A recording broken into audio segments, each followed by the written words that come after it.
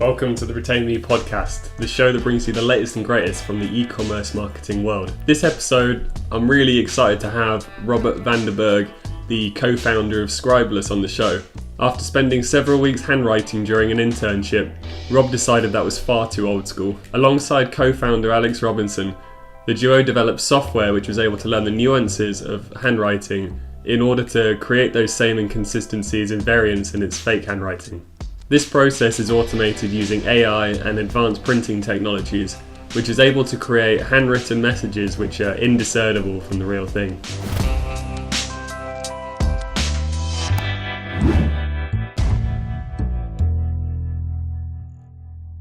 Rob, it's great to have you on the podcast today. Thanks for your time. I'm looking forward to hearing a bit more about yourself and how you've got started at such a young age on a tech startup. So I know you were at university doing, was it finance you were studying? Accounting and finance at Bristol University, yeah. And how has that then led to creating a startup business? What's been the steps there that's got you into a kind of a parallel world, but different nonetheless? Sure. And actually, interestingly, whenever I mention the degree I did, I can see people's eyes roll back into their head of like, this is going to be a long conversation. So it is the most boring degree you can do.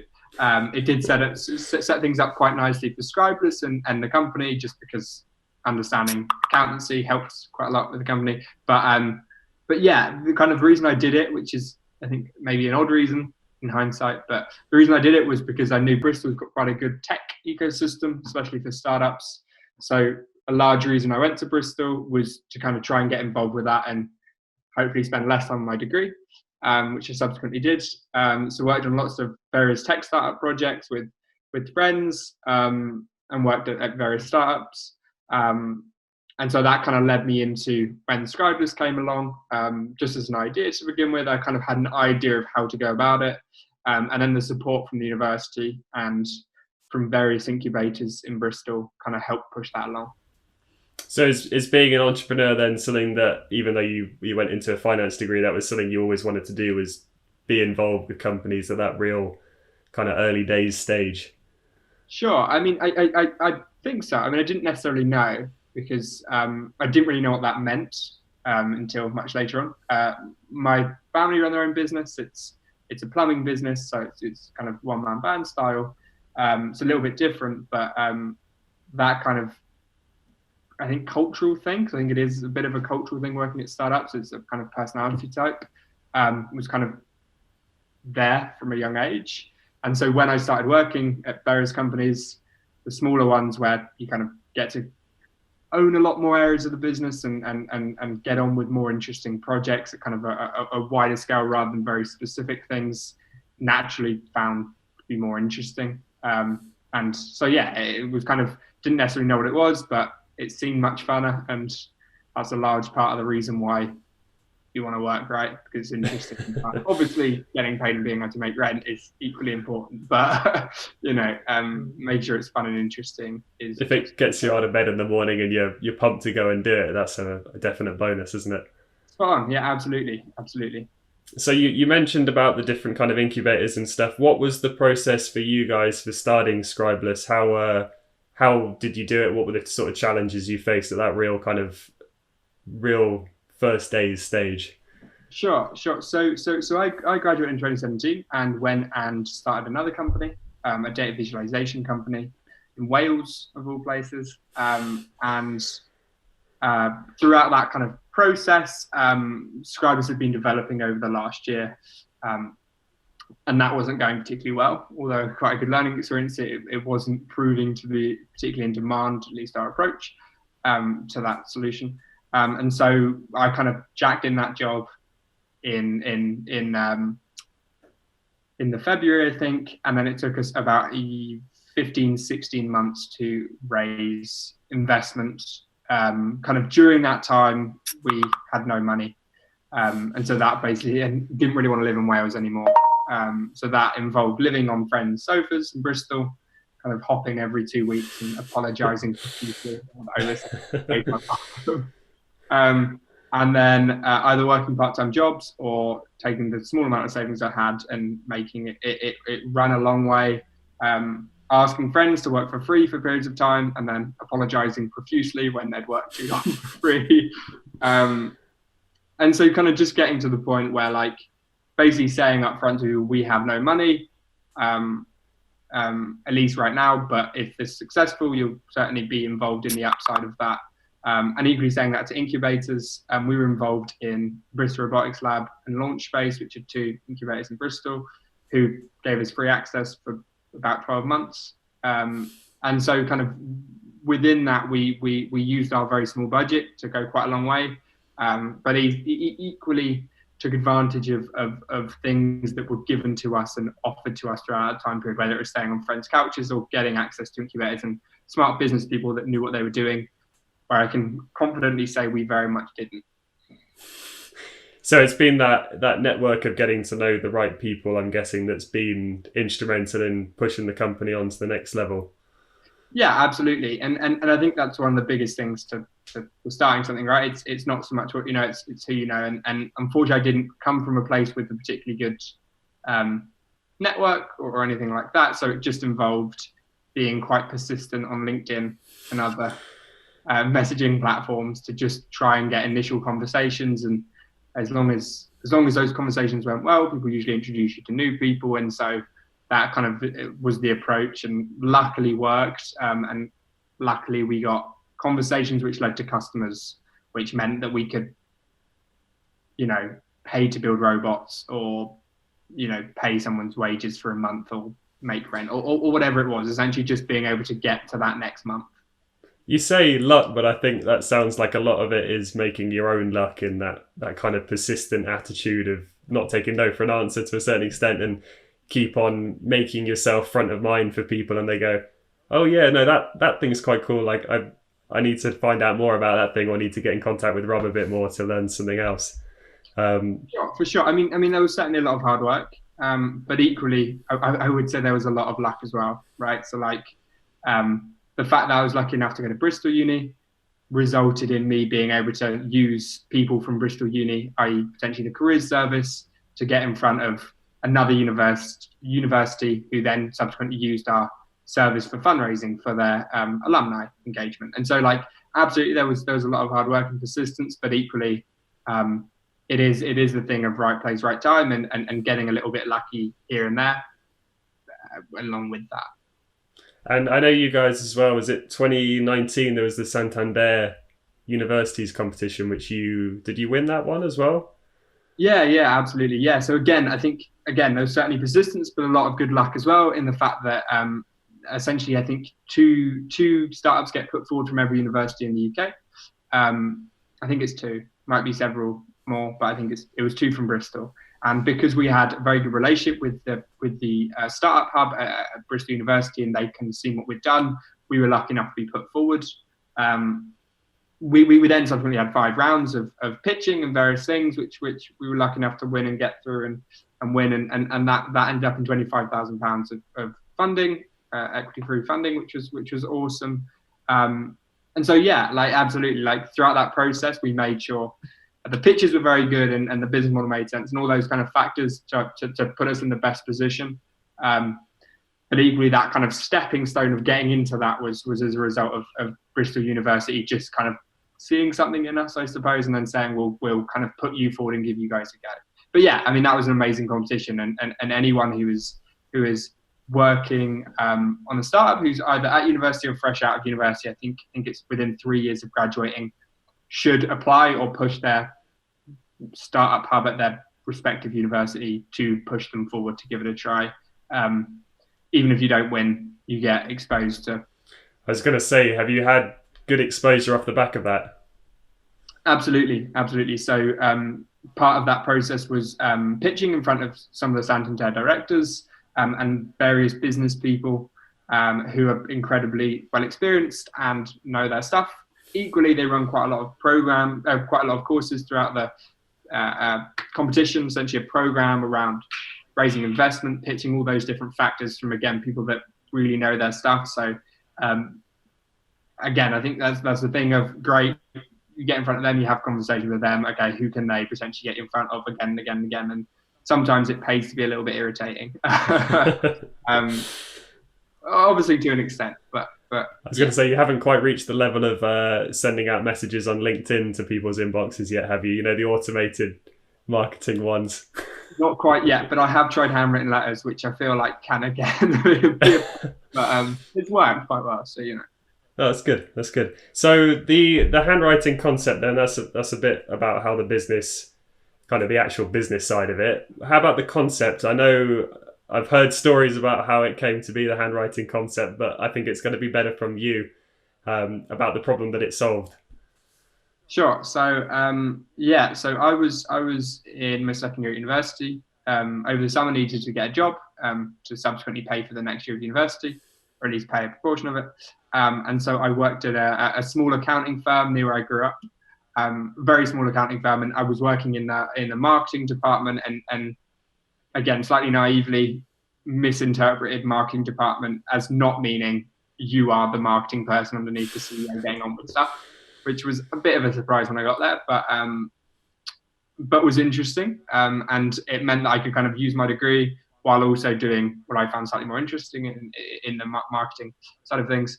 Anyway, so I was working underneath the CEO of the company, and he came in one day, and we've been working on various things more about kind of getting collateral right and getting some of the static assets right before starting to re-engage with customers.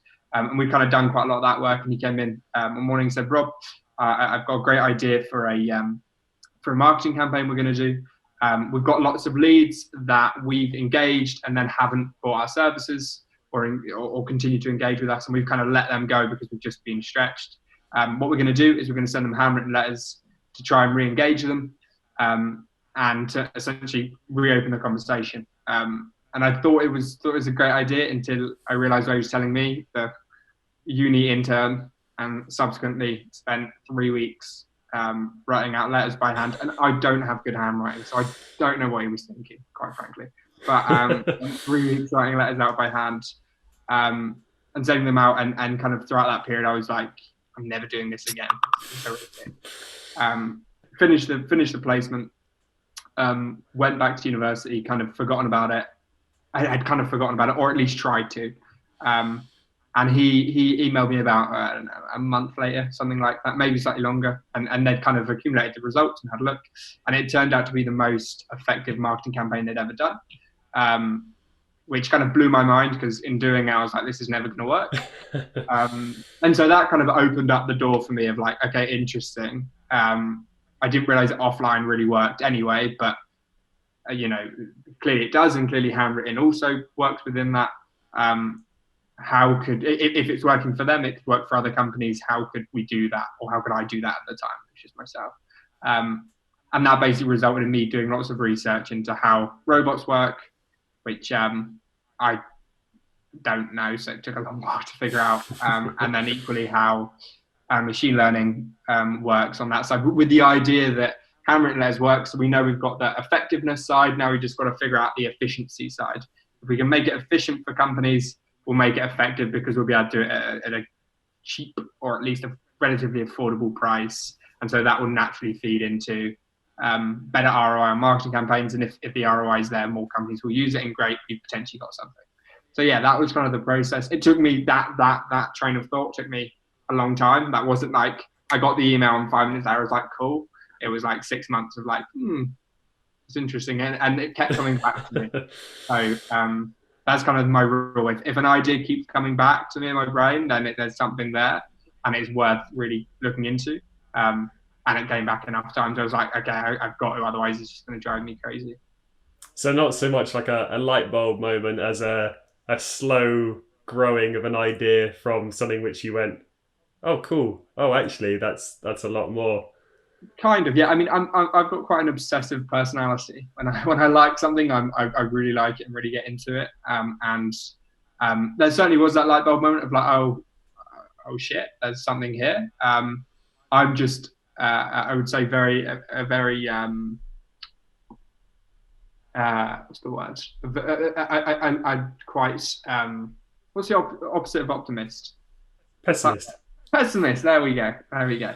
I'm quite a pessimist. So usually I'll think, oh, it's a good idea, and then I'll think, oh, I think it's a good idea only because I'm thinking it, and not that I now. guess So you've seen there, though, haven't you? The other way around of rather than having a clever technology and then trying to find an application for it, you've seen the impact of something and then gone, how can we create tech to do that in the same standard but much better and scalable? for sure, and as part of that, like, yeah, I was aware it was the first proper business I was going to run if successful, and I'd run ideas, but never to the point where it really launched them and got to the stage where we got lots of customers. And so I didn't want to try and like the whole having a technology and then being like, okay, we're going to find a solution to it is much harder than already having customers say, I want to buy this, and then figuring out how to build it. And so that's kind of the approach we took. We were like, well, this de-risks it an element. I suppose that's where the accounting side comes in. Let's de-risk it to the point of like I want to make it a massive company, but equally I will need to be able to pay rent. So it's kind of finding balance there. And so at that point, it made sense from the side of, okay, I know there's a demand here, but equally we could build it, and equally there are people already asking for it. So we can gradually start, and then if we see demand, then we can really push on. You must, if you're kind of naturally pessimistic as well, then that kind of says there's a lot in it for you to commit to it to this extent and drive it forward to where you must kind of really believe in it. What's the so the handwriting, what's the psychology behind it? Why do people engage so much more with handwritten messages versus something that's printed out on a piece of paper or something they see on a screen? What's driving that? Sure. So I think there's three different things there, right? So the first one is on a screen versus offline, and there's loads of research out there by independent bodies which know a lot more than me about this. But uh, basically, it's kind of the noise of the internet results in your ability to pay attention to a message is naturally decreased quite significantly. I.e., if you're getting 120 emails a day, which the average business person gets, the probability that you're going to pay attention to either an email which is from someone you don't know, or equally an email of a brand you engaged with 6 months ago and haven't thought about, is going to be very, very low because there's only so much noise you can take in at one time. So you just naturally filter things out. Whereas offline, naturally, there's significantly less noise. There's less things going on, less distractions. And so when you get something, especially when it's well designed, you're naturally going to give it more attention.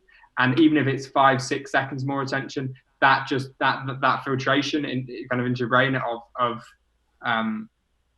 awareness of either the brand or the message of something else will stick. Now, then it becomes a question of how good's the copy, what's the call to action, all those factors, whether someone actually really wants to engage. But just the fact that it's away from a screen, and also tactile elements and other things like that, mean that you're much more likely to engage with it and spend time looking at it and hopefully taking the message in. By extension, where handwritten comes into that, there's a kind of number of factors. Interestingly, with older people, we see kind of a nostalgia effect where they remember when they received a lot more handwritten and kind of remember a fonder time, if you will. I'm not saying very old people, just to be clear, just slightly older when the internet was less prevalent. And so there's kind of that awareness of, okay, cool, who sent me a handwritten letter?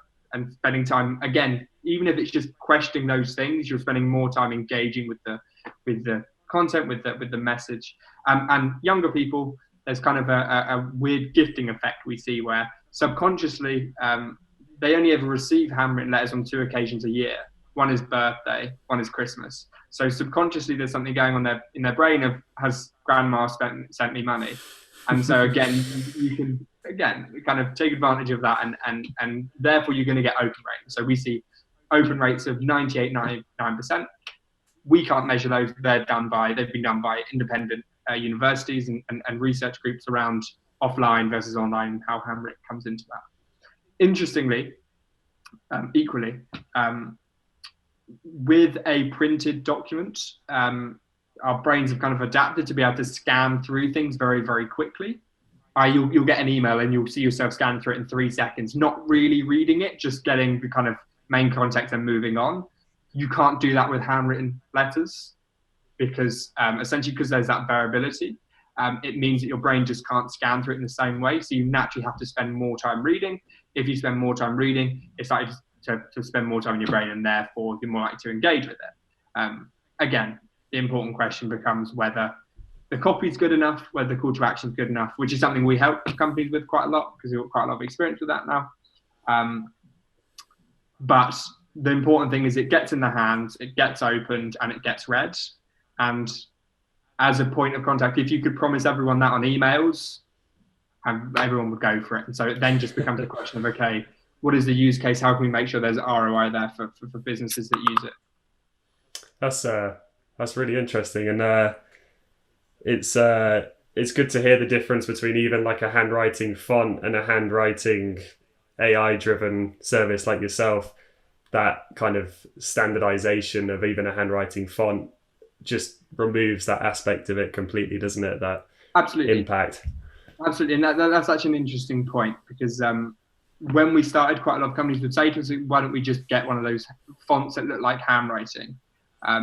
And the problem is with that is exactly because it's a font that looks like handwriting, right? If someone receives a font that is trying to look like handwriting and doesn't look like handwriting, it will basically potentially even have a negative effect where people are like, "Okay, I'm trying to be content." Yeah. And also because there's lots of factors in there. So every character is the same, ink distribution is the same. And so when we started, we were like, the only way we're going to be able to, that efficiency thing I was talking about earlier, making sure it's efficient, is if it looks realistic. If it doesn't look realistic, we're wasting our time. And so that resulted in about 1.5 years, 2 years of building out this piece of machine learning and AI, which mimics everything from ink distribution, pen pressure, ink gradients on actually how the ink sits on the page, as well as character variability, X and Y axis variability, and factors like that. So the same way that every time you write an A, it's fundamentally unique from the last A you wrote. Our system basically mimics that. So every time it processes an A through the engine, it fundamentally looks different from that last A. So it's trying to bring all those factors in, where it's not. This isn't just a shortcut. It's actually a rather complex system, which just on the output is quite efficient. I think another thing which you mentioned earlier before, which we've definitely seen so true time and time again, is that you can have all of these fantastic tools, but unless you're really hitting those fundamentals of marketing in the copy, the messaging, what you're trying to drive as a result of it, without those things, kind of any of the tools are useless. You won't see the ROI that those things deserve. And it's kind of a duty now, isn't it, for a company to really hold the hand of their clients to get the most out of your service. It's not just here's our tools, go ahead, do what you want with it. It's how are we going to help you? As well as offering the technology, we're also a service that really moves your business on in the right direction. Spot on, yeah. And I think that's really important. And so it's even understanding to the extent of who are our target personas, who's our target audience, what kind of messaging do they need, how does that reflect our brand, all those factors, which we find we work with a lot of companies in the US, and we find it's very different from the UK to the US of the kind of messaging, tone, all those factors. But unless a company has an understanding of that, it becomes very difficult to put a mesh together. And that's why we usually step in and say, okay, we completely understand how you're doing email at the moment, but you need to consider this as a different communication style. In the same way that if you're on a call with someone, you're not gonna speak in the same way you would type an email. And so yeah, it's just having that awareness that it does need to be different, and thinking that iterations required. Right, you're never going to get it perfect on your first message. That's just not going to happen. Right, whether that's email, LinkedIn, handwritten's no different to that. So it's understanding that, okay, this performed this way after this first campaign. What if we change this call to action? What if we change the tonality? What if we change these factors? And those companies that are willing to put tests in and really, really test it just see ridiculous results in comparison to other ones we work with. Ridiculous being good. Ridiculously positive. Ridiculously positive, exactly. So where do you then see maybe some, at the minute, I know you guys are working with a whole host of different industries. Are there any industries which you think these guys would really benefit from your technology that maybe you haven't been able to break into yet, or haven't had the right leads? I don't know. Sure, sure. So our main sectors in the last 2 years have been, we've done a lot of real estate. We've done for acquisition of customers. We've done a lot of charities and universities within that for fundraising and donor engagement, kind of that retention piece. A lot of financial organizations across both of those. The biggest growth we're seeing at the moment within the sector is e-commerce. We recently partnered with Shopify, Shopify Plus, which is their premium service, to basically allow their customers to include handwritten notes within customer orders, and thank you notes and all factors like that, which is something we're doing with you guys, as ultra excited about. And so within that, for e-commerce, what it does is, especially subscription style brands or brands which know they can get repeat purchase from customers, putting a handwritten note in that first customer order can be a really, really effective way of kind of giving that one-to-one experience, making customers feel like they've got a personalized experience to them, which, as we see through the statistics, especially amongst younger people are spending more and more money on experiences, right? Whether that's traveling or other factors. And so if within your product you can give a sense of that experience, just give a sense of experience, and you're naturally going to see more engagement going forward. So especially during COVID, naturally, we work with a lot of hospitality and companies like in those sectors and real estate, which at the moment are obviously doing very little. But equally, e-commerce is seeing a massive boom, and any smart e-commerce brand knows how important it is for retention, even potentially above acquisition. So we kind of have fallen into that and are doing most of our new customers at the moment are within those spaces. That experience element is the way with a rapidly growing e-commerce sector now. I know Shopify's stock's gone through the roof, hasn't it, since the crisis happened. That's really the way I believe that you can, as a retailer, distinguish yourself from other people. If you get a very similar product from two e-commerce stores, it's the one that communicates the best during the order journey, that gives the best unboxing experience, that offers the most kind of post-purchase, that is going to drive loyal customers and repeat purchase. Absolutely. And it's equally in what you guys do at RETAIN.ME, right? I think customers, companies undervalue customer service and customer experience. If you think about the last time you left a company or complained to a company or something like that, you can almost guarantee it's because they didn't treat you like a human, or it felt like you were overcharged because they clearly weren't paying attention to your account, or you had to wait an hour and a half on the phone because they just didn't pick up, or when you actually got the product there was something wrong with it. Like, all those factors are essentially an experience thing, how the customer experiences your brand. And obviously the smart brands are aware that if we can maximize that, then everything becomes easier, because our funnel is decreased, the holes in our funnel is decreased, and we don't have to buy as many customers to get to those targets. So yeah, I think absolutely. And just again, the brands we're seeing, and I'm assuming it's the same for you guys, the brands you're seeing, are companies that are just a slight step ahead in understanding the value of that and understanding the value of loyalty. Definitely, I definitely agree with that. What do you see then as the future for Scribeless? What's in the development timeline? What's coming up? What's new? Sure. So we have, which will be coming out soon, but we've just signed an agreement with a very, very large partner in Canada that we will be launching into Canada with. We're supposed to be in this period, but likely to be pushed back with COVID.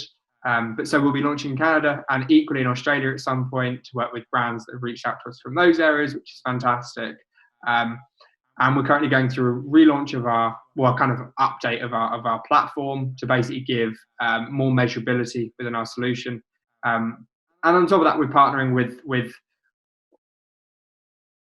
firstly awesome marketing agencies, but more importantly, great brands like RETAIN.ME, corporate gifting companies that can offer handwritten notes to their customers under their own brand, and take advantage of the technology. And basically we take care of the rest, doing production and fulfillment and all that kind of stuff. So we've got lots of things going on at the moment.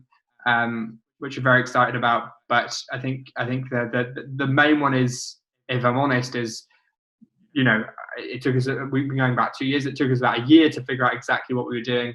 And over this last year, kind of continuing into to the rest of 2020, we're really starting to see the best results we've ever seen for companies we work with.